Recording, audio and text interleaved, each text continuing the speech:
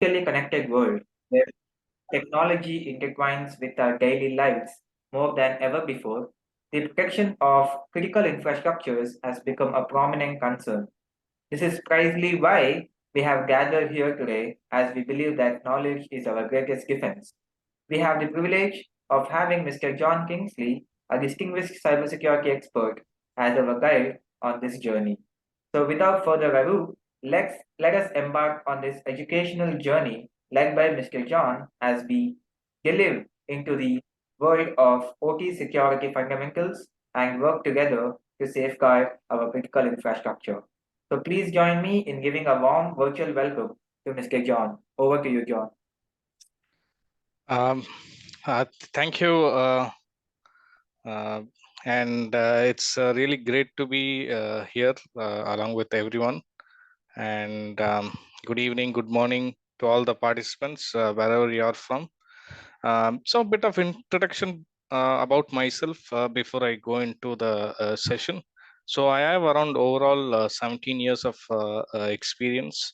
I currently work in Hitachi Energy as a senior R&D cybersecurity engineer. I am a senior member of International and Society of Automation, and also a member of ISA Security Compliance Institute and ISA Secure. They are the ones who develop the standards for the certification and so on. Of course, I have done few other certifications, but I would like to add that I am also a part of community where we help security professionals in general, OT and IT. So OT security professionals is where I develop the community and so on. And I do a lot of volunteering in my free time, being a part of this professional societies like ISA and others. So it's really good to share my knowledge with respect to OT cybersecurity. Let's take a look. All right, so a bit of introduction. So before we go into the discussion, it is very important to understand some of the terminologies. Of course, whenever we talk about a new subject, the terminology, abbreviations, these are all something that one needs to look at, because if you do not understand that well, then it becomes a jargon, and you may miss some key aspects. So when we talk about the common definitions and acronyms, these are something that keep interchangeably used, right? ICS stands for Industrial Control Systems, IACS, Industrial Automation and Control Systems, and IACS, the reason because it is used in the ISA IEC 62443 standard, and hence the reason. Yeah, and predominantly one must have heard SCADA. SCADA stands for Supervisory Control and Data Acquisition, and a combination of all these different types of systems and the ones that I mentioned is loosely combined together and termed as operational technology. So when we say OT or operational technology, it means either one of the systems or a combination of systems. Since this is a short webinar, I may not be able to go into the detail of how each system functions, but maybe in another session sometime. But today we'll be understanding more about what are the OT systems and what is their purpose, and in case if they are impacted, uh, how devastating it could be, what is their threat landscape, uh, what is their controls and mitigation that can be undertaken. So when we talk about OT systems, one needs to understand what is the purpose and function of this ICS OT systems. Their main role is to monitor and control industrial processes, and of course the objective is to do that very efficiently, reliably and safely. Why we have safety here is because all these industrial plants consist of people working in them. So it is very important to ensure safety of the personnel, and at the same time safety of the operating equipment too, because all these are very capital intensive and cost a lot of money, and to ensure any startup and so on, even if there is a shutdown or any disruption, to bring back to the normal production again, it's a huge challenge. And not to say there are production losses and so on, the operating revenue is affected. And these OT systems, they enable real-time decision making, right? And of the recent technologies and OT IT convergence and so on, we are able to remote viewing, monitoring, and control in some aspects as well. So to summarize, increased efficiency, reducing the possibilities of error, managing the complex systems overall, and ensuring a better safe environment, and reducing the dependence on the manual controls and workforce, right? So where are these OT systems used? So these are almost existing in all different industry sectors. Take it manufacturing, energy generation, energy, these utilities, transmission lines, substations, of course, oil and gas, transportation, metro rail, shipping, shipping, airlines, and very importantly, water and wastewater treatment and facilities, chemical, pharmaceutic, healthcare. So we can continue naming various industry sectors, but these are the major industry sectors, right? Even healthcare comes under OT, but it is comparatively a bit more specialized, and there are additional constraints and challenges. So it is very important to understand what the key characteristics of OTIC systems are. So real-time operations, and they, they basically enable to view if it's a disturbance or if it's a change in value. It could be anything, right? Measuring whatever is happening in the physical process and letting us know. We already talked about reliability, safety, is something that we must be aware of. Why I have mentioned here mission critical is because if these stop, right, like if a supply of oil stops, or if the production of oil stops within a nation, there might be immediate shortage and uh, rationing and so on, right? And this could lead to civil unrest and increase in prices, hoarding, and various other issues. So economically, uh, it might induce various challenges. So it is very critical. And OT systems are deterministic, means which perform tasks predictably and consistently each and every time. It's not like they do one thing, they do another thing. A good example to compare would be the software logic, uh, right? And these use specialized protocols and standards communication protocols such as Modbus, DNP3, OPC, and so on. Right. So little bit more on the what is the difference between IT and OT, especially when we are from a non-OT background. And if you're working in the OT environment or OT security, it could be any role. Uh, it might be a little bit difficult why the OT people are a bit of serious bunch, or they are very concerned, right? Like uh, in not allowing you to do any modifications or any kind of maintenance work and so on. There are some challenges and so on. So let us see a bit what is that. So IT systems, as you all know, it focuses on the data processing and storage. It's always about confidentiality, integrity, and availability. This is something that we keep hearing again, and privacy and sensitive information, right? So that's basically about IT. Uh, so so when we talk about OTs, let me get the laser pointer. I think.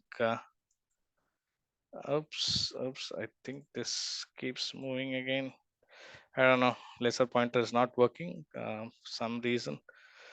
All right. 1 second.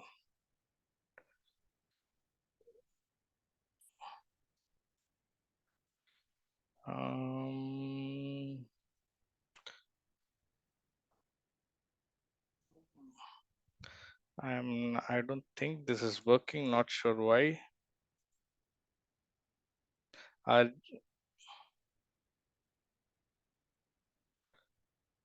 you able to hear me? Yes, sir, you're audible. Okay. I'm not sure what is that thing, but there seems to be some issue here. Let me figure that out. Okay. Yes, sure, sir. All right. Yeah. So I think I can continue. Sorry for that. So we were speaking about difference between IT and OT systems. So when we talk about OT, it focuses on the real time in terms of the physical processes where availability, safety, and reliability, these are the most important aspects. And production, again, we want the production to continue 24/7. So if you see, there are inherent differences, right? And um, yeah, so the priorities are completely poles apart, right? Uh, so this is very briefly. Of course, there are various other factors that we'll be seeing here when we speak about performance requirements, availability, the risk management, system operation, resource constraint, communications, change management, manage support, the component lifetime, and the component location, and so on. Uh, the reason, of course, I'm hurrying up because of lack of time. I cannot go into too much details, but of course, this slides might be provided to you later, so you can take a look. So these are the major categories that one needs to understand, right? Like what the difference are, and this gives a one page kind of view, especially in the cybersecurity community. We are, especially the OT folks, are kind of tired to explain the difference in different ways, because everybody has a different perspective, different material, and so on. So this was an effort to summarize everything in one page that is easy to digest and understand. So the major difference that we can see is the impact of risk are different, as well as what caused them. The operating constraints are different. The people who are in charge of the relevant IT systems and the relevant OT systems come from a different mindset, culture, and have a different skill sets, right? So when we talk about security, be it IT, be it OT, or those who manage both, they need to understand all these aspects. Then only they'll be able to get a holistic understanding of what can and cannot be done, and always take the OT people into confidence, right? One shouldn't do this by himself. This should be basically a team and a collaborative effort.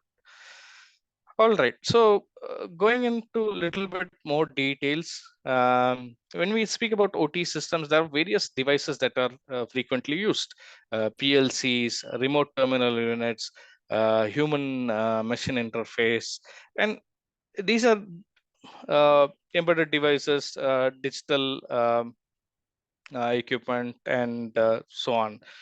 And you also have variable frequency drives, intelligent electronic devices, or IEDs. Um, these are predominantly used in the power sector, uh, and the substation, to get information from various protection circuits and so on. And when we talk about the hardware that is used in the OT systems, uh, uh, again, these might have different applications, like SCADA application, historian, which basically collects all the process data that is generated over time. This is needed for data analysis and optimization for the plant engineers. And we have engineering workstations where the design parameters in terms of configuration and controlling are updated or modified as required, and so on. And all these hardware that I'm speaking about run on industrial gate computers, which run Windows operating systems most of the times, and if it is a server, they run Windows Server. So now probably you can understand why the problems that we see commonly in the IT is also affecting the OT. So a little bit more on the type of hardware used in OT. Operator terminals, these are similar to engineering workstations, but they are only for monitoring and viewing purposes. Normally, there is no editing or modifying possible. And we have process control servers, polling servers. Basically, they are there to uh, kind of collect the data from various devices and provide it to the control system and various other activities that is intended of them. So these are specialized devices or hardware that are used in OT. So let's take a look. What are the standard IT devices that are being used within the OT ICS systems? So routers, switches, computers, firewalls, different kind of virtualization platforms, all these are currently actually used in OT systems, and you might start to get a hang of why we are facing so much vulnerabilities and exploits and issues within the OT systems. So like I mentioned, there are a lot of challenges using IT device in ICS OT. In general, OT systems itself has a issue of legacy equipment, and when they are using this outdated IT hardware or operating systems, the challenges increases multifold, right? There is an issue. It might affect the production. You can't upgrade it. You can't mothball it and probably install new hardware. So lacking means the patching and updates is almost next to impossible. Again, it depends what is possible, what is impossible. If it is working good, people leave it. There might be many reasons, and it again depends upon what is the risk and whether you are able to manage it or observe the risk or do some mitigations. And again, it is up to the management and so on. And insecure configurations, predominantly OT protocols is known to be insecure. Again, when we talk about all these hardware, compatibility issues comes in, right? So what this leads to is it kind of uh, increases the attack surface, right? Like we say, um, the chances of people gaining entry or access using the old exploits which are not still patched or vulnerabilities that are still not managed and so on is still a possibility. So if you see the impact of on OT sector, especially OT systems being used in different industrial sectors and critical infrastructures, manufacturing, distribution, and transportation, is phenomenal, right? And hence, this is the reason they're designated as critical infrastructure, because they act as a lifeblood of a nation, and without them, the whole economics can collapse or come to a grinding halt, right? And uh, protecting them in terms of securing them uh, is kind of a paramount importance. So let's take a look at the threat landscape. This is extracted from the Dragos report. So what it basically says is that the current threat landscape is evolving, and this is widely known. This is well known. The sophistication of the cyber attacks also is increasing day by day, and another challenge is the technologies and the attack vectors also continuously changing and updating, right? And previously not many people were aware about OT systems and so on. Nowadays, many are able to read stuff on the internet. There's a lot of data sheets, a lot of engineering information, various things that is available on the internet or from the help manuals, operating manuals, and so on.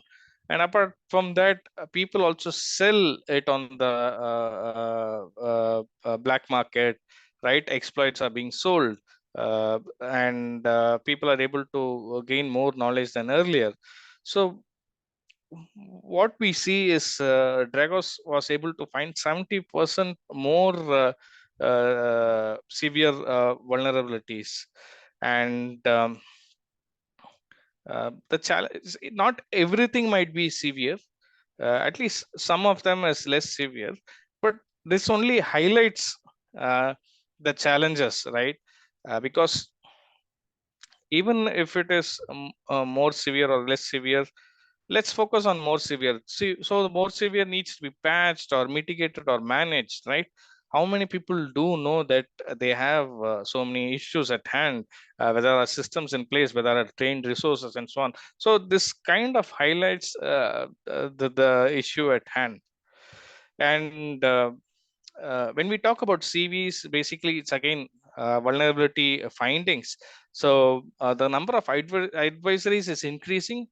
uh, it might look a bit bad, but it's in a good way. I wouldn't say the vendors or the equipment manufacturers or device manufacturers are being unfairly targeted by themselves. They may not able to be find all these things, right? And a lot of researchers worldwide are kind of helping them by trying to find all these exploits. Of course, there are certain rules and regulations that these researchers need to follow. They need to inform these vendors and device manufacturers before, and give them 60 days before they go public. So of course there are some processes, due diligence, and so on. But still, at the end of the day, the asset owner, he needs to be aware, he or she needs to be aware, and they need to be able to take action. So the number of discoveries is fine, but what are we doing it and how are we coping with it is another challenge. This is a older from 2019, pre-COVID. To be honest, nothing much has changed, right? If you take 2023 reports, and if you look at the trends, it would be kind of similar only, to be honest. And the good thing is, compared to then, now there's more awareness because there has been more attacks. And be it IT, be it OT, majority of the attacks permeate from IT and travel to OT, right? So we never know. And as long as there is some weakness entry points, people will try to exploit that. So the situation with respect to OT cybersecurity is continuing to evolve, and there are several trends that contribute to this, and so on. So let's take a look at the different sectors. So again, this a bit old, but uh, if you see social engineering and phishing, even though it's top 10 2016, it's still a major aspect actually. And that is something that is always the weakest point, to be honest. Of course, other things are like malware attacks and intrusion via remote, and so on. So that's something that always happen, and this is spread across different industry sectors. So let's talk a little bit about what is the consequence and impact, right? Like, consequence of ICS threats: loss of monitoring, loss of visibility, loss of control, and this is serious actually. So uh, because like I said, this is a real time, and you need all this information to manage and control it. So if you lose monitoring, or you lose the visibility, or you lose the control, it could be disastrous consequences, right? It could affect the equipment, the people working there, the society around the plant. It could be environmental issue, and so on. The impact actually falls like dominoes. And because of the threats that we see to the OT system, there are implications to the safety. There are possibility of disruptions to the production and the manufacturing. Like I said, the environment could be impacted because of oil spill, or it could be toxic gas leak, like what we saw in Bhopal. Bhopal was more of a process safety incident, but something like that is still possible in cybersecurity, especially OT cyber attack. But it's more challenging, and more sophisticated knowledge is needed to do something like that. But even um, like even an attack, even though it may have a severe impact in terms of impact, but it kind of creates a issue in terms of reputational damage, right? So that kind of impacts the business and so on. So what exactly is a cyber physical threat? So we have been talking about threat and cybersecurity. So it is important to understand what is cyber physical threat. And cyber physical systems is another terminology that is kind of used within the OT industry, because the way how all the systems is being connected, right? So when we talk about cyber physical threat, it refers to the malicious activities that exploit vulnerabilities in the interconnected systems, combining different cyber attacks with physical actions or disruptions in the ICS OT environment. And uh, as we all know, there's a convergence of uh, all the physical like transportation, manufacturing, everything. All these things have real world consequences, right? Touch wood, nothing major has happened. It has been more of isolated incidents, but there's a serious possibility, right? Like it's like a war, but on the cyber front. So there are various examples that I can talk about, but I think it would need a session itself.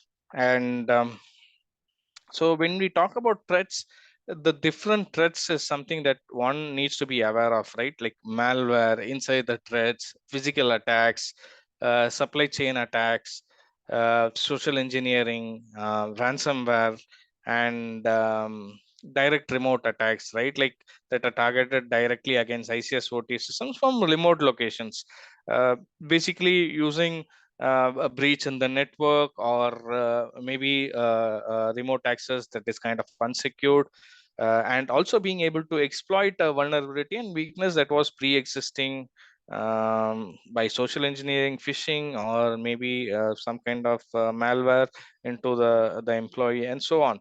So these are some of the key threats for the OT ICS systems. So let's take a look in a little bit more detail. So when we speak about an attack, we need a source of threat. I need an attack vector, and attack vector is more like a method and vulnerability or a weakness and the target, right? So when we talk about OT ICS systems, it is not like one single threat. There are multiple sources of threat, right? And the attack may be directed to a control system or a safety system, and their main aim is to create a damage when the system, wherever it has been um, that targeted, right? So in a way, to create damage when the system operates in its normal function or a safety function. but using the modified vulnerability and so on, it's possible to do that. So ultimately, the aim is to cause disruption, damage, or maybe erasing the data. It could be anything based on the objectives of the hacker groups. And what we've seen as a simple way, there are possibilities where there's a primary attack and a secondary attack. So the objective here is primary attack just exploits the vulnerability and installs a backdoor or a malware, and that acts as a relay for further attack by connecting remote servers for control and command to download additional malware and so on, right? We will see some case studies in the upcoming slides where I'll be touching a bit about them. But let's see how much I'm able to cover. So when we talk about these threats, it could be three or four major categories: adversarial, accidental, structural, and environmental. Without going into detail, from the categories, one could understand, right? Adversarial means they have some bad intentions and they purposely do that. Accidental is like employees, they do something wrong, using the wrong code, or unknowingly deleting something or something like that, unintentionally, or simple errors. Structural is something where the hardware fails, or where the control fails, and even a hardware, even a software, over time there is some kind of degradation, right? And when we speak about environmental, it's more like natural causes. It could be human as well, but it is more towards natural causes, right? Like hurricanes or tsunamis or landslide and forest fires, wildfires, and so on. So these are major threats, and for the threats to realize the attack, they need some attack vectors. So to carry out an attack, a threat source uses a means of vector of attack, and this table basically presents various vectors used in the OT-ICS system. So the choice of attack vector is important because in such a way, to exploit a system vulnerability, we need to choose an appropriate attack vector. And through the network, through physical access, through ICS equipment, through different applications, and people, suppliers, and it might be possible. So another simple example of main categories of malware, uh, just to give you a quick idea, there are of course different malware, so not needed to dwell so much on that. And of course, nowadays all the attackers are trying to find all possible ways, right? And if they are able to get access to a hardware or an application, there are many ways one can try to attack, right? This is a specialized field in itself, and for the purpose of doing it for the good, we call it the penetration testing for assessing the robustness of the device and so on.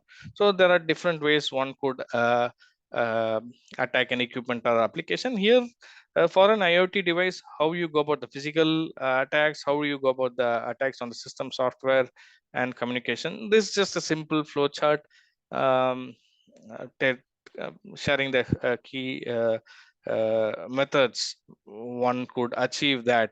And this is more specific to IoT and IoT.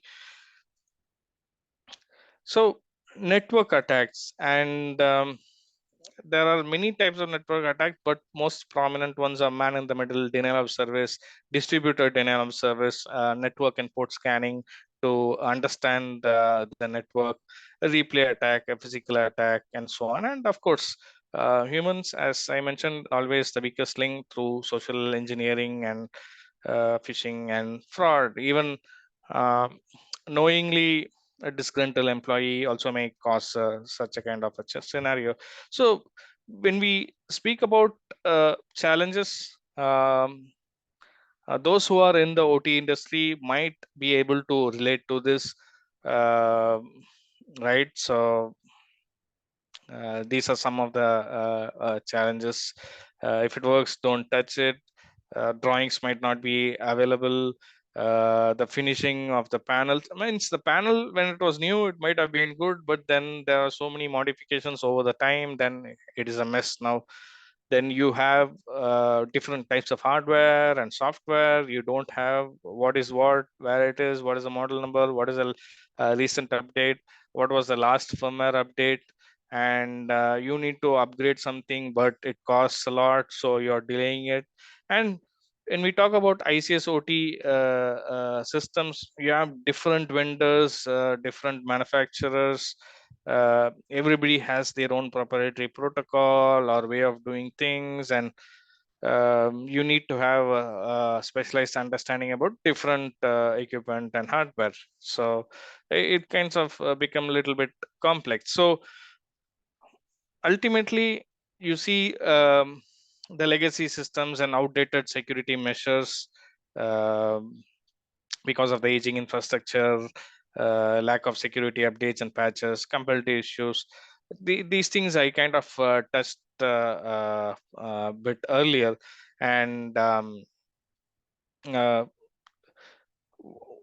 this is something very important, right? Limited visibility and monitoring capabilities. Uh, in majority of OT ICS systems today, unfortunately, this is a sad reality. It's not that by intention, but cybersecurity as a threat, it's more prominent last half a decade, right?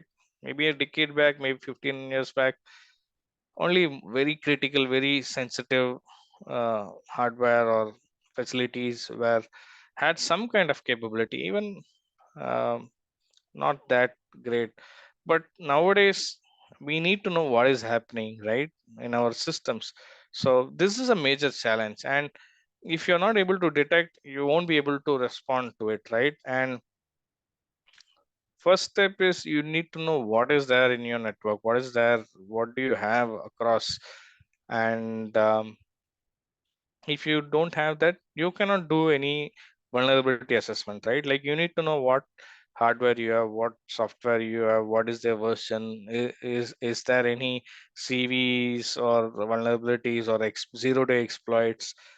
At least if you're not able to patch the vulnerabilities, or it may not be critical or may not be a priority, but the zero-day exploits and the risk they carry along, that is something that needs to be addressed, right?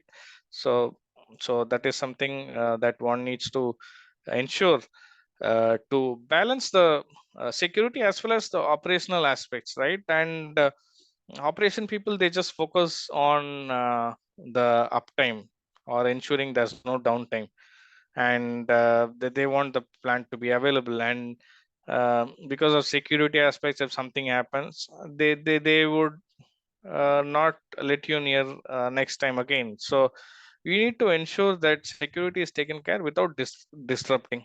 So little bit about the myths, without going into too much details.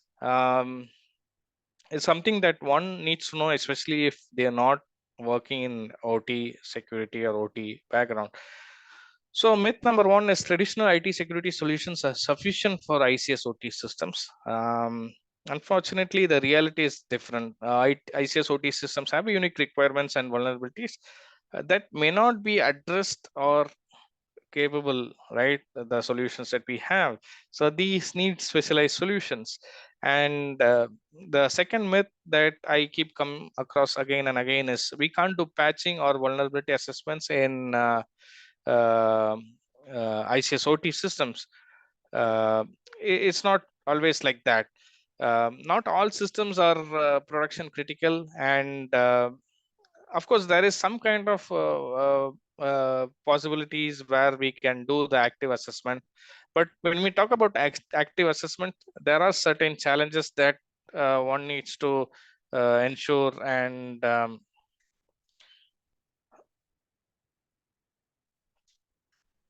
yeah, one need to ensure so that probably during the commissioning stage, or during when it is at the factory, or during in a laboratory, maybe in this hardware specific, you can do that kind of testing and so on.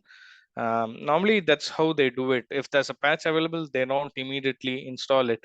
They, of course, the vendor runs it and tests it, but in your production environment you need to ensure it is working right. So normally what they do is they test it in a lab, and once they are happy with it, they based on the priority, based on the risks and so on. And another common myth that keeps coming again and again is ICS OT systems are air gapped and therefore secure. This could be farther from the truth, because maybe 30-40 years back, but not now. Almost each and every OT systems has some kind of remote connections, maybe a secured or unsecured way. But it's not only about being connected to network, right? As we have seen in the past, even USBs or someone's corrupted hard disk or laptop infected with the malware could also pose a risk. And ICS OT, the next myth is ICS OT attack requires highly specialized knowledge. Again, this could not be farther from the truth. The reality is there are a lot of tools that is now available off the shelves that could use exploits and vulnerabilities that is known. And there's a lot of knowledge level increasing about the OT systems as well. So another myth is attackers can easily cause a catastrophic damage if they get access. Uh, this is not entirely true. Um, Knowledge is one thing, but knowledge, detailed knowledge of a specific process is almost impossible, or a lot of thing needs to be aligned for that to happen, and that's not always the case, right? So it is possible, but there are severe a lot of challenges, restrictions, controls, mitigations in place. Maybe an insider could do that, but that's why we have policies, procedures, and certain practices and so on. So patching is required to secure ICS OT systems. Again, many of the vulnerabilities that is reported, right, requires local access or won't cause significant outage on their own. It's like, as I mentioned earlier, it needs a combination of factors for that to happen. And at the most, one or two things can happen, which may not cause that much of an issue, but that doesn't mean we should be complacent. We should kind of ensure that there are mitigation controls in place. So you can't protect what you don't know you have. So this is very true. But of lately, uh, there has been more importance in network monitoring and asset inventory and so on. There is something that people are just started to acknowledge and do: network segmentation and access control, right? The reason it is there to address this issue. That's something that, in case, even if you do not know, can be your first or second level of barrier. And OT needs to adopt a cybersecurity mindset and culture. Uh, to tell you the truth, especially OT people have been managing different kinds of threats and risk for many decades in terms of safety, operational, and various other aspects, right? Cyber threat risk is another hazard in the number of hazards that people manage or handle.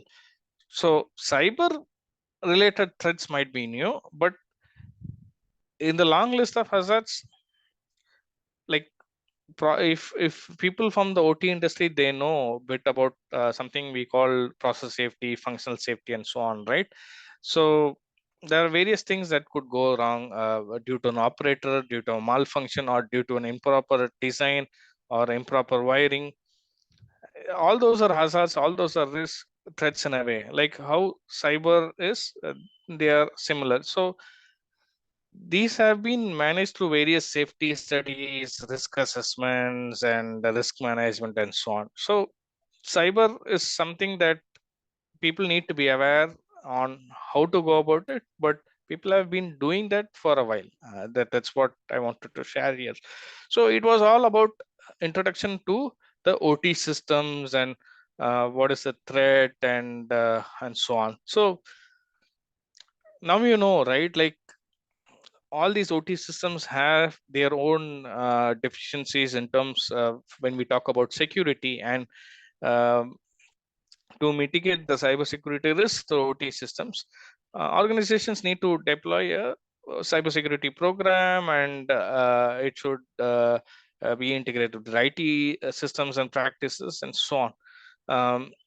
And we all know the benefits of having cybersecurity in place. There are various things that can be beneficial, right? Like if you only talk about the cost aspect, that may not give you the full picture. There's a lot more than just cost, like cybersecurity implementations needs cost. Uh, but just imagine if there is a disruption to the production, or if there is a equipment damage, or a catastrophe like an explosion, a fire accident. Just imagine the amount of reputational damage, loss of revenue due to such kind of incidents. It probably 100 times multiplied the cost of such controls in place, right? So cybersecurity is something that needs to be effectively integrated into the uh, management, so that all these risks and concerns can be addressed. So cybersecurity has been evolving over time, and uh, it's been like almost uh, 10 15 years, 20 years now. uh, right now there's more awareness, to be honest, but what is cybersecurity? Unlike IT, it's not just one single system, it's multiple systems. It's different processes, different disciplines, right? Within engineering, there are various things that one should be aware of: risk analysis, information systems, and cybersecurity. So the thing is, um, um, we use a lot of IT cybersecurity techniques, best practice tools, and strategies, which kind of overlap with OT, and so on. So um, it is important to focus on the safety, reliability, productivity, to ensure that whatever systems that we are protecting, um, overcoming all the constraints, right? Like that are specific to OT. So what is the current situation in terms of OT cybersecurity, and what are the trends? So before going into that, we will see some case studies of real world incidents that will probably give you some idea. And there have been some major incidents like last 15 years, but hardly around 15 to 20, maybe less. Most of them have been disputed as an OT incident, but there are some well-known attacks, right? And uh, it could not be 100% purely directed at OT, but it has an indirect consequence because of that. So I think we are nearing the end of session. So I'll just rush up a bit. There has been multiple well-known attacks. So I had listed it down in this presentation. Maybe what I can do is this could be shared, and we could, of course, get in touch later on. So I think this I already shared it earlier. So okay, I have different case studies, but let me share a little bit here and rush through all the slides so I cover the best practices. So when we talk about a sandworm, right? Uh, this, of course, believed to be state-sponsored from Russia. It was targeting critical infrastructure, basically the energy and transportation, very sophisticated and persistent attack on OT systems. This black energy malware, or otherwise codenamed as sandworm, was responsible for the 215 Ukraine power outage, and uh, it was a targeted attack on the Ukraine power utilities. Basically, it disrupted the electricity distribution and prolonged the outages. And there was a update to this. It's called Indestroyer or Crash Override malware, and this took the sandworm and developed uh, in terms of improved in terms of sophistication, and it led to 2016 Ukraine power outage, basically again targeting and impacting the Ukraine power grid.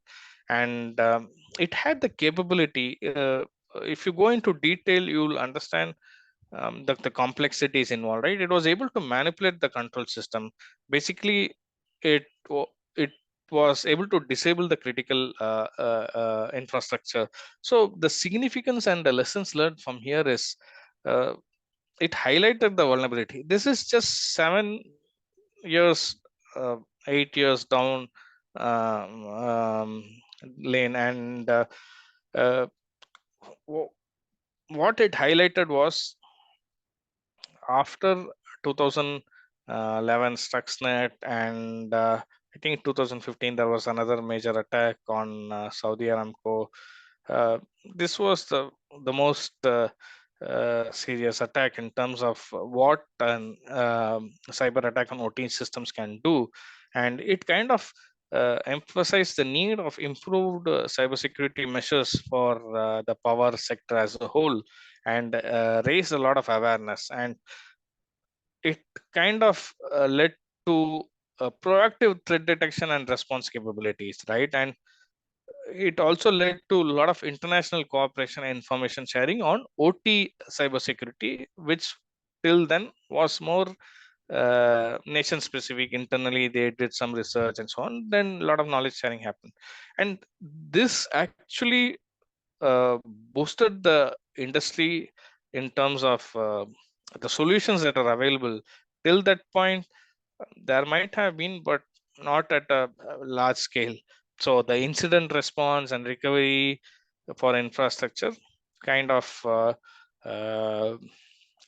lot of solutions came into existence after that, for a fact. And without going into detail, Maruchi Water is something that happened almost 23 years back, when a disgruntled employee who was fired from his job. So this was an insider threat, right? So remotely he was able to um, open the switch systems through radio signal, and he was able to uh, leak the sewage into the waterways, and it was a catastrophe because it required cleanup, restoration, water supplies being disrupted for the people, and um, and also it highlighted the fact that uh, IT department, HR department, security department, the OT systems, and everybody needs to work together, right? It's not like each individual function works by themselves. So in terms of policy, procedures, training, awareness, it did create a lot of uh, what do we call improvement in terms of the policies and procedures. Stuxnet is another very famous attack that was carried out on Iran by US and Israel, allegedly. And this was not this was an air gap system, right? And they used the malware, infected malware, uh, through the USB, and it took its own time. It propagated from one system to another system before it reached the PLC, modified the code, and it ensured that the OT system operated in a way that it shouldn't, right? And it damaged and thereby disrupting their manufacturing process, and it delayed the nuclear program actually. So this was the first attack that was widely researched after discovering, and there's a lot of details on the internet. uh, Dragonfly, Saudi Aramco incident. Saudi Aramco incident is something that everybody in this OT sector needs to understand, and uh, the complexities in terms of how sophisticated it was, and because this is still available in the wild, right? And it could probably be done again. We never know. So the reason why we need to study all these attacks is to prevent something similar from happening, right? That's a point of learning from all these incidents. German steel mill, again another malware. That was the entry point was through social engineering phishing, and they were able to the malware was downloaded into the workers laptop, and through that they were able to get into the blast furnace control systems, and it led to an unscheduled shutdown. And blast furnace, if it had a unsafe shutdown, there's many things that could go wrong, because there's a gas, there's fire that is involved in the blast furnace. If there's any leak um, or any fire or any explosion, uh, it could be very catastrophic. And fortunately it was not uh, uh, uh, very severe, but it still affected because of there was a physical damage and so on. So industrial crash override is something that I discussed earlier when I spoke about that black bear. It is a bit more advanced. It was used in 2016. WannaCry is basically a ransomware. This is not exactly related to OT, but the reason why it is here, because this has far-reaching implications even for OT systems, right? If there is a way people enter and escalate to an OT system, even they could be held for ransomware. And there is a lot of things that we need to understand and ensure that it is not repeated. So Triton is another attack, NotPetya, Colonial Pipeline, Oldsmar Water Treatment Plant, Industrial 2, Pipe Dream. So all these attacks that we see in the real world, we need to learn from them and ensure that it does not repeat again, right? So when we talk about the future landscape, the what we called as advanced persistence, that keeps changing, right? Because of various geopolitical within the country, outside the country, and economic realities and the market situation. And another thing is there's always attack on the defense establishment or the manufacturing industries and so on in general, because uh, uh, if someone wants to delay a country's research or stop their production or steal their trade secrets, right? So the basically the future looks a bit complex, because there's always some kind of risk, right? And as we have seen, all these technologies and know-hows is still in the wild, and they could be improved upon. We never know. Probably there's a more improved version already available. So when we talk about OT cybersecurity, we need to be aware of what are the risks, what are the threats within the possible means, and learn from the past attacks. And we need to figure out how secure is the organization. Do we have the right cybersecurity strategy? How good are our security controls? Can we accurately measure the breach risk? And what is the level of cyber resilience that we have? Are we vulnerable to potential breaches and attacks? Do we have any vulnerability management program? How can we scorecard and benchmark different risks within our organization? What is the best way to discuss the organization security posture with the management, right? And do we have trained resources in now? So that's always a challenge, but if you have proper cybersecurity controls in place, I'm sure there's a lot we can try to mitigate. This is something very simple that I just want to quickly explain before I go into the best practices. I'll try to wrap it up soon. So this is a model that is constantly used in all the industry sectors, especially risk management and so on. So Swiss cheese model, the reason why we use this is Swiss cheese, if you have seen it, has a lot of folds, right? And if you have these different layers or defense or barriers, they act as safeguard, right? If you see the image, all the malware entering to the end where the person is working on the laptop, you have various checks and balances, right? And before it can reach, it might be blocked. So the more layer of defense, the less likely an attack is likely to succeed. So each intervention or a layer has imperfection, right? Unfortunately, that's a reality, and we have to live with it. But we need to mitigate those risks, absorb the risk, or transfer the risk. So multiple layers improve the success of us defending. So defense in depth is something that keeps popping up again and again when we speak about OT cybersecurity. So physical security, the policies and procedures, zones and conduit, especially in terms of the network infrastructure, right? Malware prevention, the various applications, tools, hardware available, access control could be physical, could be logical, monitoring and detection, again, physical and logical, patching. So these layers act as a defense in depth approach to ensure your cybersecurity. And so with respect to OT cybersecurity, product and system hardening is something that one should do this as a practice. It could be a delivery project, it could be a running plant, or it could be a new hardware.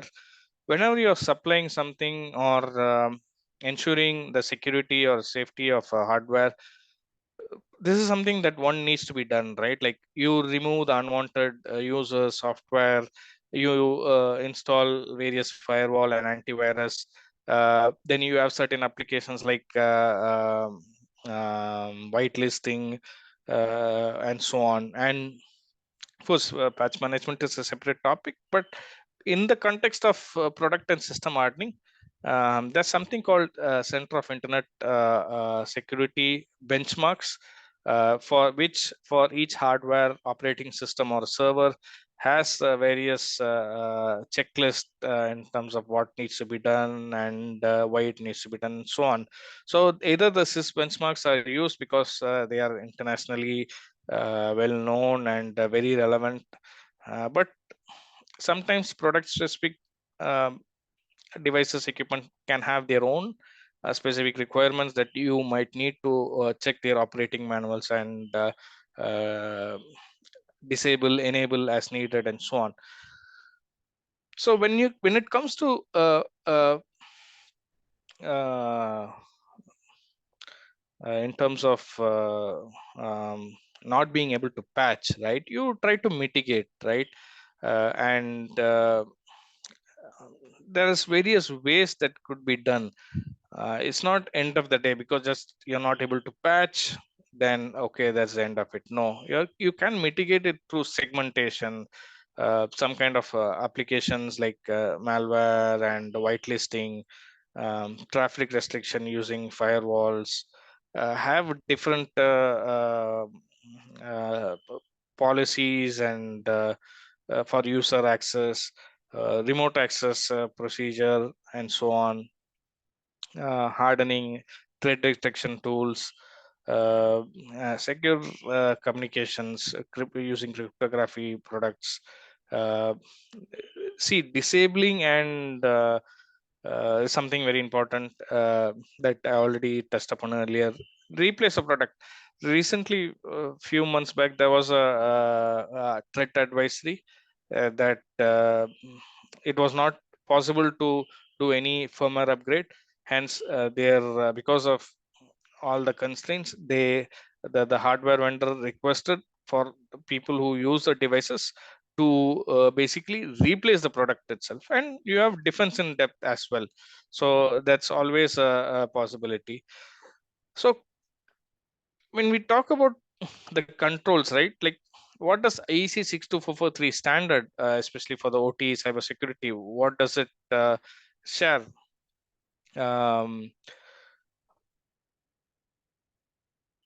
All right, so there are some questions. Let me take some questions here.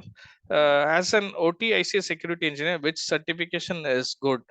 So there is no straightforward answer, but you can look at ISA 62443 standard cybersecurity certificates from ISA.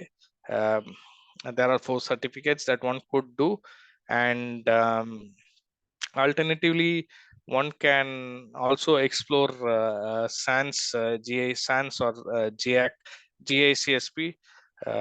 Those two are, of course, more recognized. But then there are other certifications from TUV, Exida as well, whichever works best for you. So Shiv Shankar is asking, have you used data diodes in cybersecurity? Are there any such devices from different vendors? Any benefits for using such devices? Especially when we talk about IT, OT convergence, data diodes are used for one-way transfer of data to external sources like cloud and so on. And there's no two-way communication essentially, because of the diode is purely one way. It is managed at software and hardware, custom software and hardware at the both ends. And there are many vendors like Owl, Firewall, I mean, so Waterfall, and of course the benefits are application specific, right? Like these are subjective. It doesn't fit for all. It's based on the case by case applications. So okay, so that was done. What are the companies that offer OT cybersecurity jobs at entry level, and what are the skills to be developed before attending interviews? So OT security, almost like I was talking about the different industry sectors. Uh, as an asset owner or as a facility, it has then OEMs, device manufacturers, equipment manufacturers, consultancies. So opportunities are everywhere. Skills is you need to know the fundamentals of IT cybersecurity, networking security, system management, system administration. These are the basics. Once you have that, then you need to know about what are the different OT systems, what are the communication protocols, what does standards say about that, and how you apply that, and so on.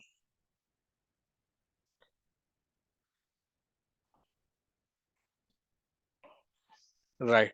So I think, yeah, I think I have answered that. So of course, skills is always within OT cybersecurity. There are various specializations, right? It could be assessment, it could be pen testing, it could be uh, um, configuration of hardware like switches, routers, firewalls, or vulnerability management. So there are various ways one could specialize and so on. So Purdue model is just a functional model to explain how the devices need to interact and so on. So different control system at the different plant might have the same Purdue model. So it's all about network segmentation, right? Like based on the security levels requirements, you segregate the different networks into different zones, conduits, and so on. So multiple plants, if they are connected in some way, they cannot be clubbed together in one single network for sure, right? So it could be a different set of security requirements based upon the risks that you have assessed, and you identify different zones based on the level of security and so on. So yeah, so I think I have answered all the questions here. Right. So I'll just quickly continue. I'm not sure how much time I have. Actually, can I continue, or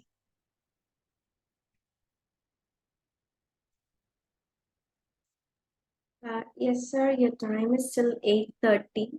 That is Dubai time. Okay. So you're having remaining 15 minutes more.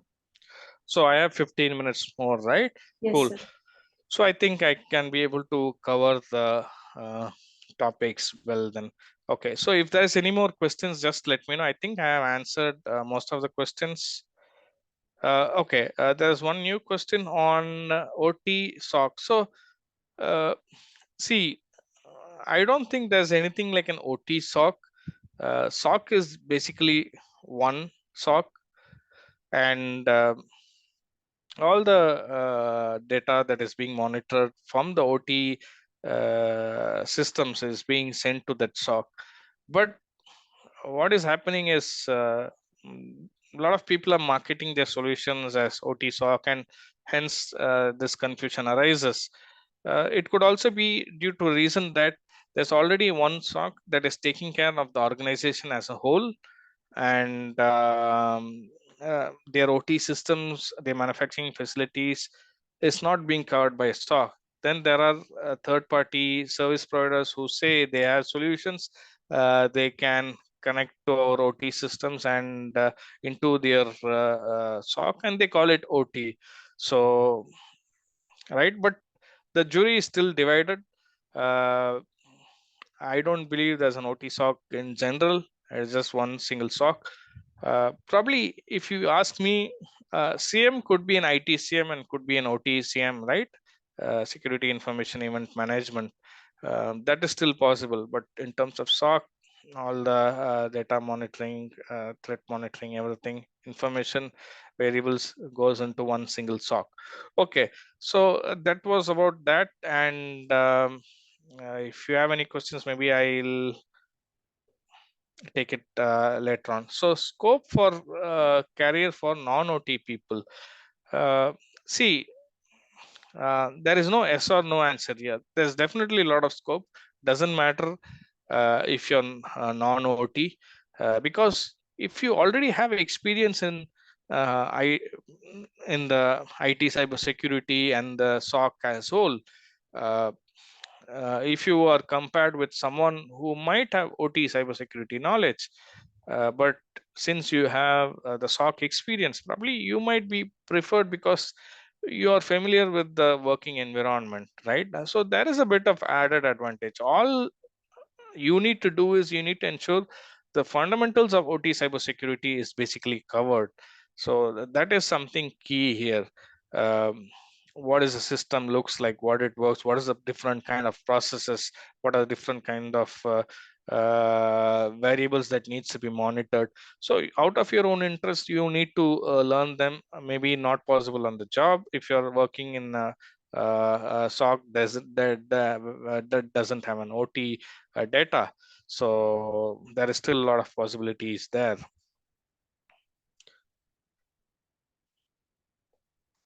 Okay, I think I'll take all the questions later. So I'll try to rush up this and finish this first. So speaking about best practices, IEC 62443 with respect to network architecture, though we didn't see different types of network architecture for different OT systems because of the time limitations. Um, I hope you have an understanding of that. So when we talk about network architecture, segmentation of networks, someone had asked earlier. So that's what one of the standards within IEC 643 tells us to do. Segment networks wherever possible. Implement a network topology for ICS that has multiple layers of security, right? And with the most critical communications on network in the most secure, reliable layer, right? That means you have a security level lower network on the top, and as you go below, you segregate different networks with different security requirements. So when we say different security requirements, meaning you have different mitigations based on what can be done, right? It's not just about always about firewall. maybe using encrypted communications for certain networks, and there's a lot more you can to do. um, Probably this could be another detailed topic actually, right? And as I was talking about data diodes earlier, one-way communication diodes to prevent external access whenever possible, wherever applicable, right? This may not work for all. It is very application specific, especially when we transmit for data to external networks. It is possible. And something very important that is done in OT networks is setting up a demilitarized zone to create a physical and logical subnetwork, right? That acts as an intermediary.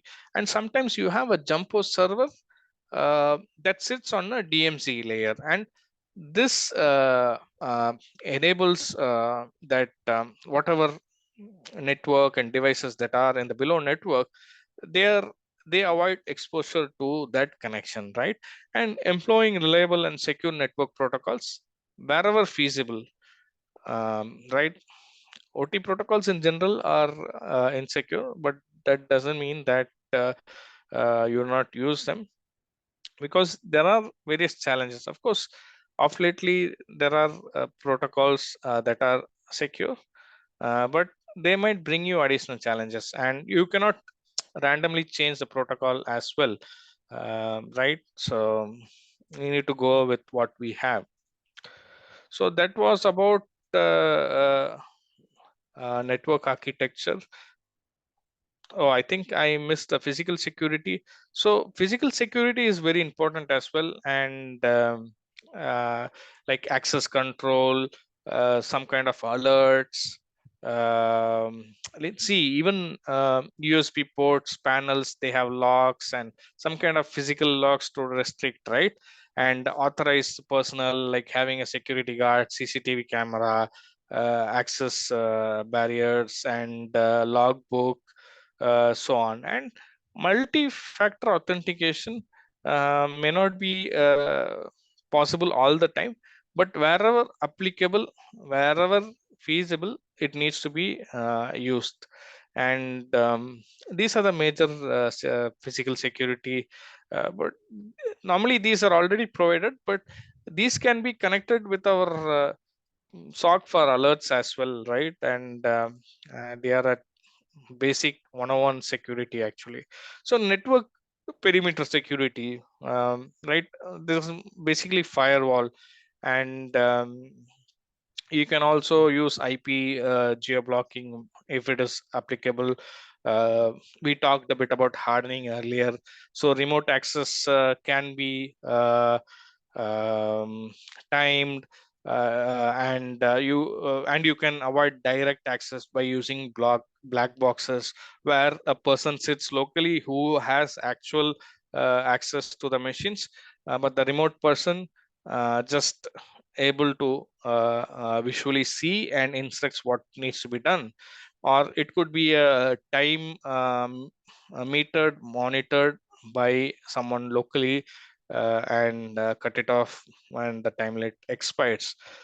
Jump servers, something that I spoke about earlier, and like I mentioned, don't allow persistent vendor or employee remote connections to the control network, and log management of whatever network connections that happen, right?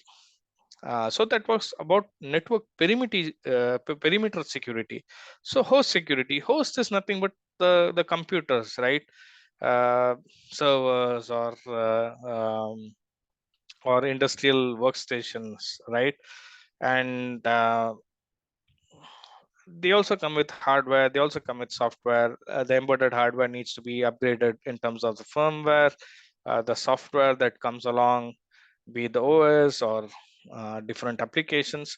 They need to be patched, they need to be checked for the vulnerability using tools like Nessus from Tenable, which does the scanning. Then very importantly, if you're using open source software, you need to be more uh, in terms of more sure in terms of checking, verifying whether the library, the files use has any vulnerabilities or not.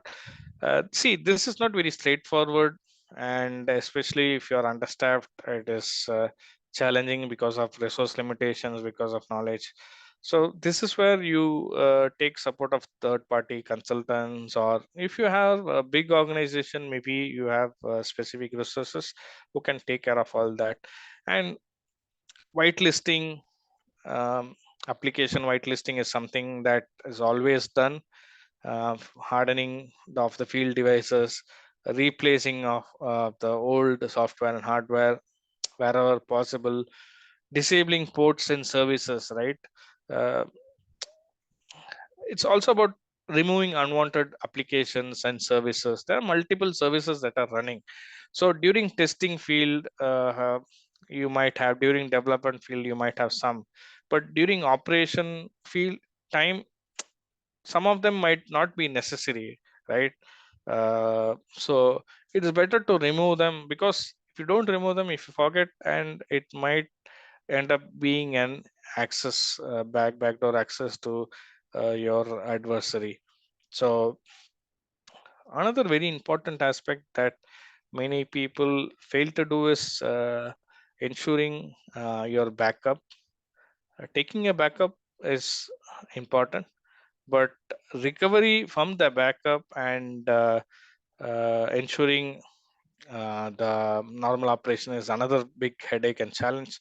You need to know it works, right? So you implement and test it, and configuring security for the OT ICS protocols. So that was about host security. So speaking about security monitoring, um, there's a lot of updates that has been happening with intrusion detection system, intrusion prevention systems, right? And event logging, the various tools available, and you have security information event monitoring to monitor, analyze, and correlate event logs from different OT system across networks to identify if they match of any intrusion and so on. So even though the attackers kind of become more sophisticated, there are a lot of tools that is available for us to effectively learn from incidents, research reports, what is happening, how, what are the methods. So these are all third party solutions basically, and this is one of the most expensive budgets when we talk about cybersecurity. It's not just the tools. Tools are just shiny bit of hardware or software, but you need to know how to effectively utilize them. This is again another challenge, having a resource and training them, right? Supply chain management is very straightforward. Last 2 3 weeks you might have seen a lot of news that China has uh, tampered with various uh, semiconductor or hardware and so on. um, these things take time to be known, right? Um it's not possible to test each and every electronic hardware. So you need to ensure your suppliers follow various procedures during design, manufacturing, installation, commissioning, and so on. So at least you need to have the policies and procedures in place to ensure that they are certified, or they are assessed, they follow certain practices and so on. And human element is the most weakest of all, and it's a huge challenge. uh, Training is the only way, because humans are the weakest element every time. Social engineering and so on. So one of the ways training, the other way is administrative controls like policies and procedures and so on. And organization culture also should change in a way. And another very important aspect is the collaboration between IT security people and OT security people, between the management, between the stakeholders. And that's the only way. And whenever there is a discussion, whenever there's a decision to be taken, everybody should sit understand each other, and that's how you can do it. So if this is something that you are just about to start, so I have some advice for you. uh, when we talk about OT systems, always develop a network architecture or a diagram for the control system or the OT system. um, Identify different devices that support the critical business processes, the OT operations, including the IT system that support these processes and OT operations, right? Understanding the risk that you can tolerate, what are the different countermeasures you might have, what are the hardware assets, software assets, and what could be the uh, safety, environmental impact of that assets not being available or failing, and so on. Having an asset inventory, conducting a risk assessment at various stages of the life cycle, um, and periodically. It's not like you do it once and forget it. You need to revisit that, and so on. So similarly, audit is something different, but when we talk about risk assessment, um, some practices might change, some equipments might be upgraded, drawings might be revised, devices might be added, process might be changed. So there's always a periodical assessment that needs to be done, and establish a criteria for identifying different devices within the OT systems, and figure out how periodically you can do the assessment or various other aspects that is needed, right? And that was like how to start. So where to start? And once you have done that, you need to um, check, prioritize, test, and implement security patches, right? And this is easier said than done. This can be subjective for different uh, facilities, different industries, and requirements. And one thing that many people do not do or unknowingly miss out is there's always inherent security functions and features that come along with some software and hardware. Try to use that, right? Try to use that as a first level, then try to implement some robust configuration management practices. So when we talk about a product, read through the manual. What is the security features available? Or when buying the product or hardware, ensure that the product you buy has this features inbuilt. That could be a better way than investing so much on the, of course, threat monitoring is a totally different aspect in itself, but uh, inbuilt features help too. And backup systems, this is something that I mentioned earlier. Application whitelisting, antivirus software, um, secure connections, um, training for the people. It's not just people who work in the OT systems. The whole organization employees need to be aware of the basics, and the more closer their work with the OT systems, the more training or specialized training that they might need. And try to monitor continuously, right? It's not like you do it once and do it again when there's an incident.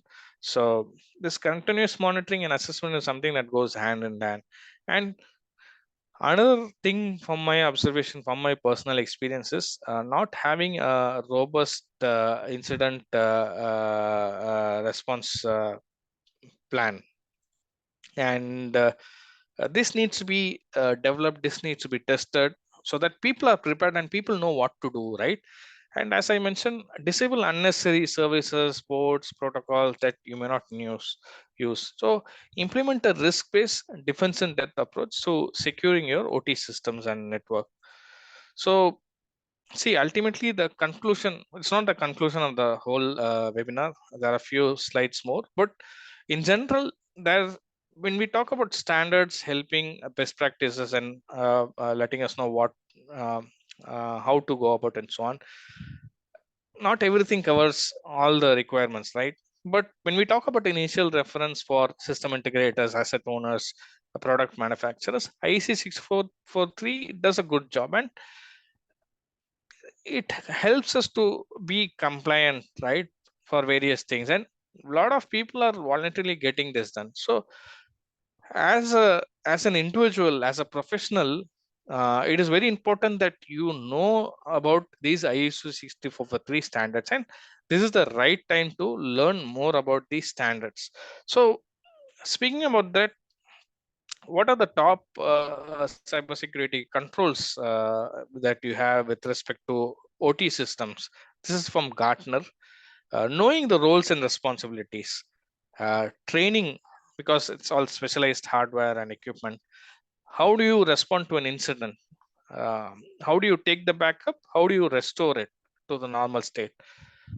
Managing portable media, right? If you possible, avoid it altogether. Having an asset inventory, network segmentation, log collection and detection, secure configuration, patching. So these are the top 10 cybersecurity controls. So the reason why I'm sharing a bit of vulnerability is since this is a short session, I think to give you a 360-degree understanding, vulnerability management in OT cybersecurity is a bit complicated, and it's not just a standalone thing, right? It's organizational, there's a human element, there's a technical element, and so on. And basically the success of an attack on a system depends on at least one vulnerability being exploited, right? And it could be anything with that organization, technical, human, and so on. And basically very often vulnerability analysis of an OT system is limited to the technical aspect. This is where most of the people go wrong. So there's always for a threat event to happen, this is something that you need to take care. And when we talk about uh, there are different vulnerability classes, right? So I don't want to go into too much details, but we call primary, we call it secondary, and let's see. Okay, so what are the most common things? So when we talk about protocol within the OT system protocol, they do not have enhanced security. And in terms of OT systems, there are different issues and so on. And see, even device failure is basically a compromise, right? Like so on. So all right, I think this is just a generic attack tree. I think just to quickly show how attack can progress from one level to another using the various vulnerabilities, right? And how it progresses. It could be through network or identity theft based on phishing, and ultimately they escalate from one stage to another. So again, vulnerability management is, like I said, it's a bit uh, complex for OT systems, and there's a lot of things going on, but there are a lot of resources online one needs to be aware of, and this kind of provides that. So this is a good source to check on what are the various. See, uh, vulnerability finding is it's a humongous task. It's not very straightforward, it's not easy. uh, but if you have the resources you can do that, but there are a lot of other organizations that already do that actively 24/7, and most of these are government organizations across the world.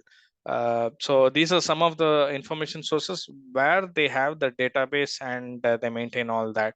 So this is something that can be taken inputs from to manage the vulnerabilities of your hardware and software. And the OT cybersecurity standards and frameworks, I shared some best practices from 62443, but there are various other standards as well, and these could be taken a look at. And if you want to know more, I think you should start with NIST SP882. There's a release 3 coming soon. At the moment, there's a draft stage. I think that should be your go-to standard. It's free. It's available on the NIST website. Take a look. There's a lot of good coverage on what needs to be done and how it can be done without going into too much details and various controls and explaining the architecture of various OT systems and so on. So that could be a good standard. Then of course there are other standards that you need to pay to purchase or get access to. Then there are some frameworks from IT OT side as well that might be helpful to you. So ultimately, developing the OT cybersecurity program within the organization is a holistic way of managing the cybersecurity, right? So uh, I want to end this session um, with saying that when we talk about OT cybersecurity, um, and how it is different with normal IT security, these are some of the aspects that one needs to be aware of, and one can of course refer to NIST standard because that is already available in the public domain, but 62443 is very specific to OT, and it provides a very good methodology how to assess, how to develop and implement and maintain an OT cybersecurity program. And in order to achieve that, what they did was they created a reference model that is based on a Purdium model. Purdium model is just a functional model. It's not an architecture. Don't expect an architecture to be like this, right?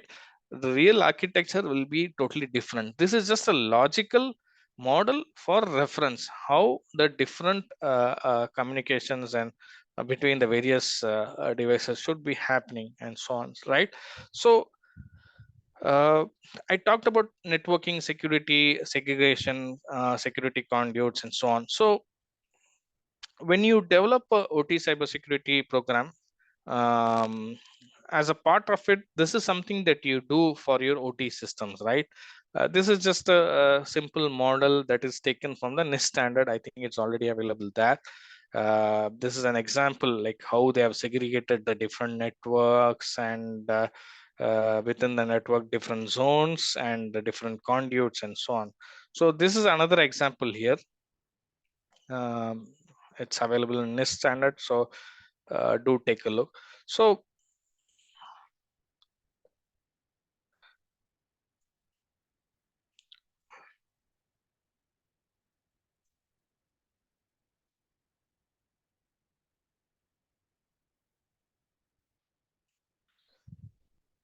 right, so you have my another version speaking for me. So what is the way forward here? There's a risk-based approach to ICS/OT security, and you need to develop the OT cybersecurity management system, understand the risks and consequences, um, asset visibility and prioritization, security controls, countermeasures, safeguards for mitigation, continuous monitoring, um, and audit is another part. Improvement comes after the audit. Increased collaboration between your IT and OT departments, and importantly, training and awareness. So with this, I end the session today, and let me see if there's any questions.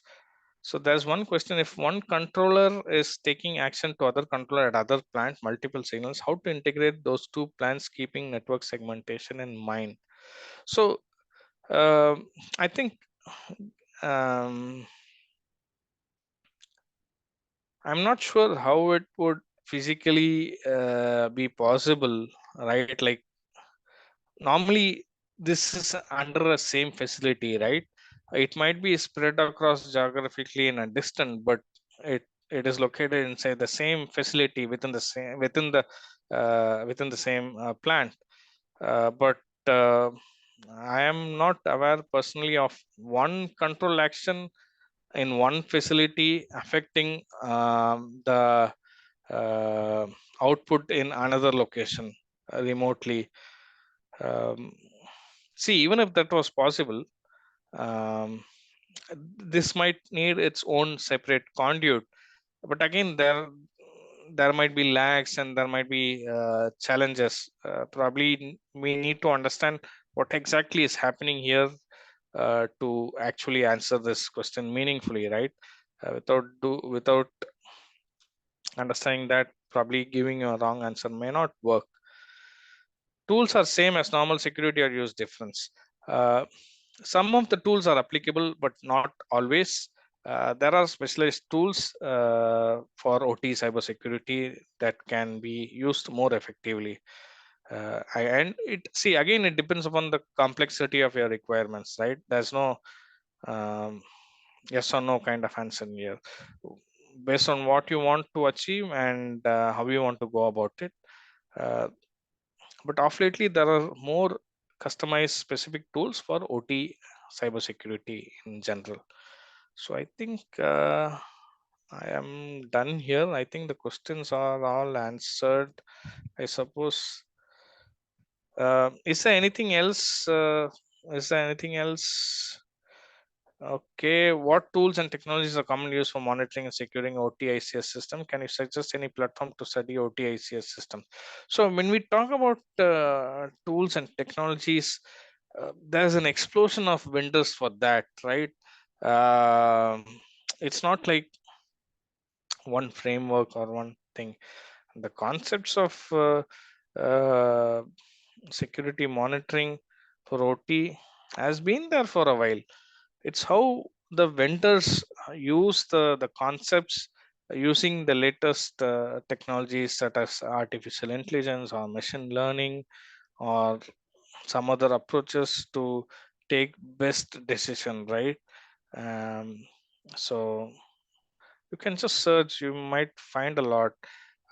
Tenable is one good, Nozomi, Clarity, um, these are the top of my mind. And any platform to study OTICS system, I think YouTube is a good resource. I have taken a lot of trainings.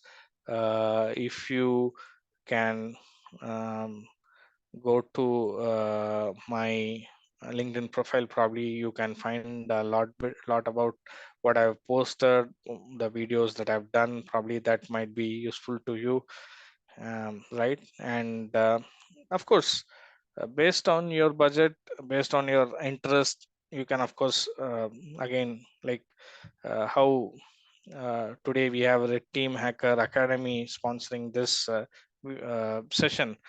They do conduct a lot of trainings, right? I'm sure they have a plan to conduct OTICS trainings. Maybe they are currently developing it. I think you can reach out to them and check with them. And of course, Udemy is there, YouTube is there. Uh, it all depends on what you're looking for, right? So what qualifications would make me preferable in OT security? If I have IT SOC experience and basics, right? So ultimately, you might have this, you might be really great at it, but what the organization is looking for, right? You need to match that. So take a look at all the job openings that are available on the LinkedIn or other platforms.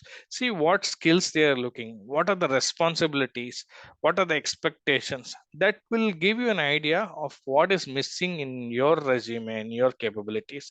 Try to work on that.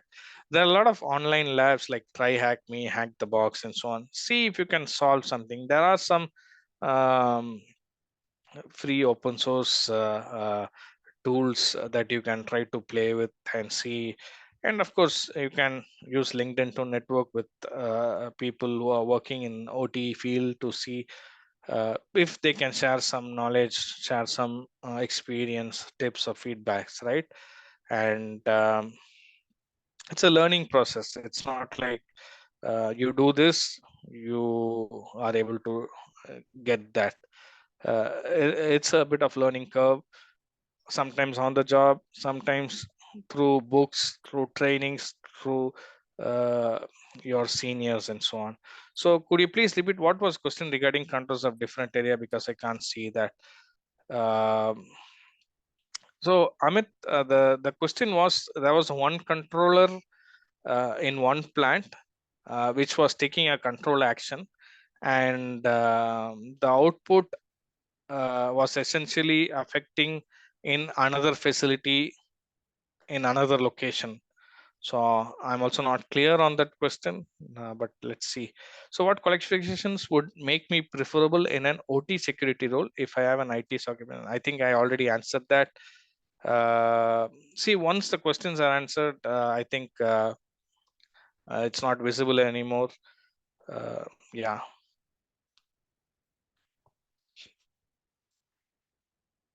Right. I think I have answered all the questions, I guess. Um, why is OT security? What is OT security in telecom sector? Could you please give me some awareness? So, when we talk about telecom, um, it's a critical infrastructure, right? And telecom, in the sense, they have some hardware like switching systems or receiving systems or communication systems, navigation systems, and so on. And all these are electronic hardware again. Um, so they are in a way uh, controlled systems, not in the sense like what we have been seeing, but being electronic hardware, um, and with all the vulnerabilities and all the attack methods that we have seen so far, they can also be targeted, right? They can bring down the hardware, disrupt the communications, especially during times of war or defense or an emergency. If some kind of like, for example, uh, the police and the healthcare system that respond to emergencies, they have their own terrestrial radio network. Sometimes it's called tetra, depends upon what kind of application or service they are using. So if the hardware is taken out, if the transmission system is taken out, right, all these are electronic hardware, so they come under critical infrastructure, and they basically disrupt it, so on.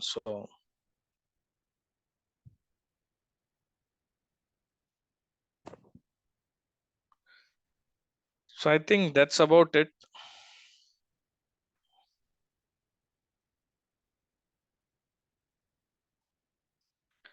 um so right, so okay. Yeah, so 5G, 6G, they have their own challenges. That's there. Um, it has its own set of challenges, to be honest. And um, again, there are, like, for example, in healthcare and for manufacturing, instead of using the normal network that we have, wireless or LAN or WAN, uh, they're using 5G networks for the internal factory uh, itself, right? And this basically opens up the attack surfaces and so on. So uh, it is a type of hardware, right? Again, see, OT is very loosely defined. Um, People still haven't concluded, right? Various committees, standard bodies across the world are still debating what exactly is an OT system. So I would term it as critical infrastructure, and uh, certainly it is a part of OT as well, telecom, with all the electronic hardware, with its embedded hardware and software, which uses real-time operating systems and so on. It's definitely OT, right? Uh, it doesn't follow the same concepts as IT. Of course, for networking, for communications, uh, protocols, the services, there might be a lot of similarities, but uh, again, these are specialized OT systems. That's how I would term it.